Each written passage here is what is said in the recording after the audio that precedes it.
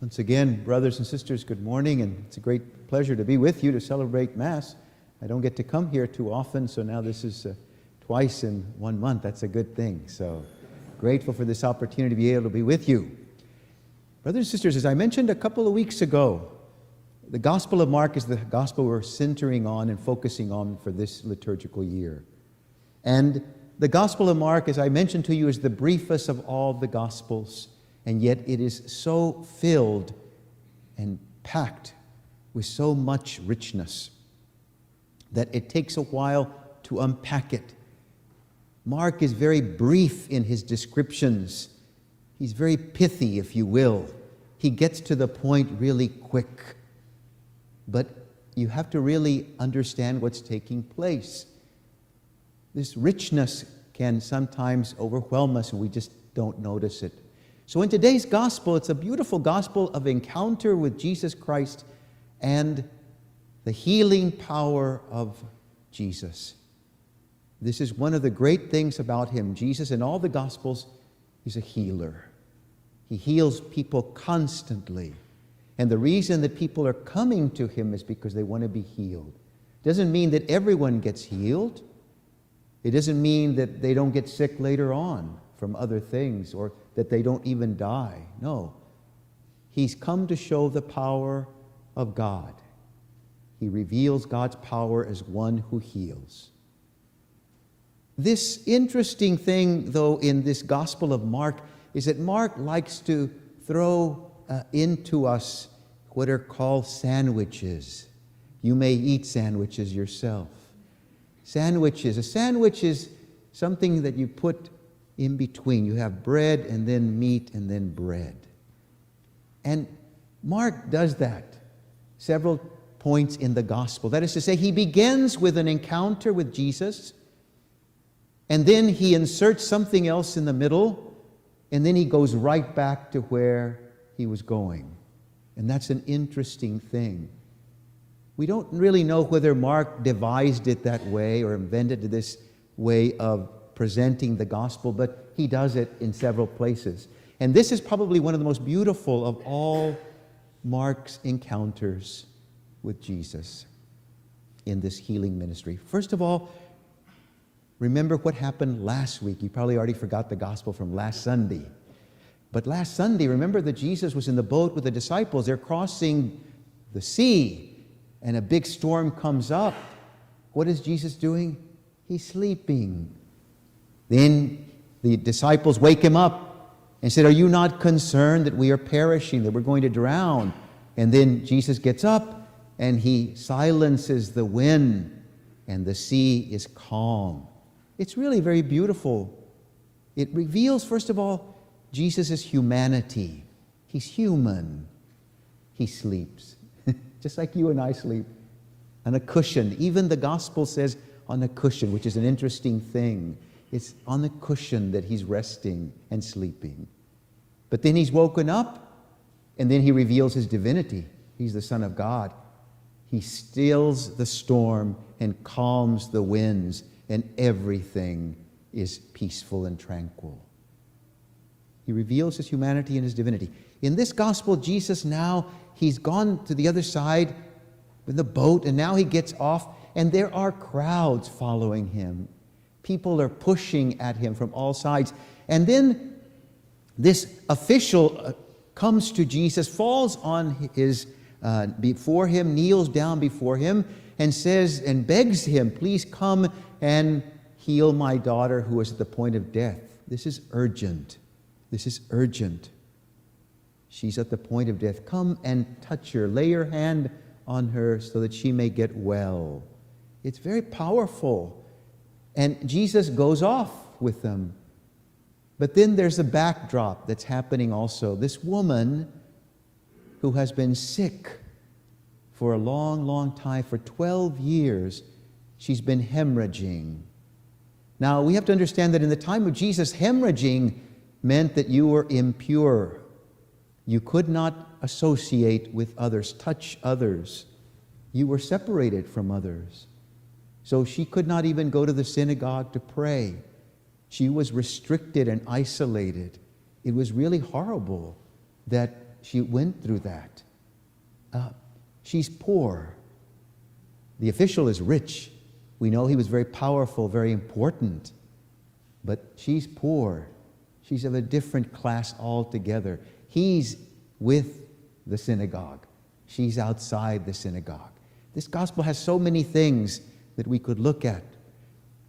Then what happens? She says, if I just touch his clothes, I will get well. And that's what she does. She approaches him and touches his clothes, and immediately the blood dries up. The flow of the blood dries up, and she gets well. She gets well, just like she expected she would. Then Jesus says something really interesting. Who touched me? Who touched me? Well, in all that crowd, the disciples say, how can you ask the question? Everybody's pushing on you. They're all touching you. Everybody surrounds you. No, he knows what's happened. Power has gone from him, and he knows that. And so he wants to know who it was that touched him. And finally, the woman, afraid, comes and kneels down before him and tells him the whole truth, the whole story. This is beautiful, I think, that Jesus uses a very interesting word with her. Daughter. Daughter, your faith has healed you. Your faith has healed you. Daughter. Daughter, very important, because Jesus recognizes the dignity of this woman. He recognizes the dignity of this woman, and she says, you are worthy to be called daughter. And now what that means is that she can belong to the community again, that she can reconnect, that she can go to the synagogue, that she can now be united with the people of God. It's not just a simple, nice word. It means all these implications that now she belongs.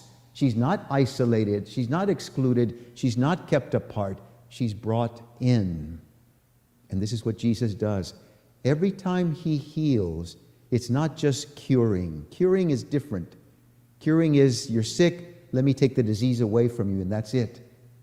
But in the Gospels, when Jesus heals, more happens. It's at a deeper level. It's not just the physical thing. He's looking at the whole person. He wants the whole person to be completely made whole.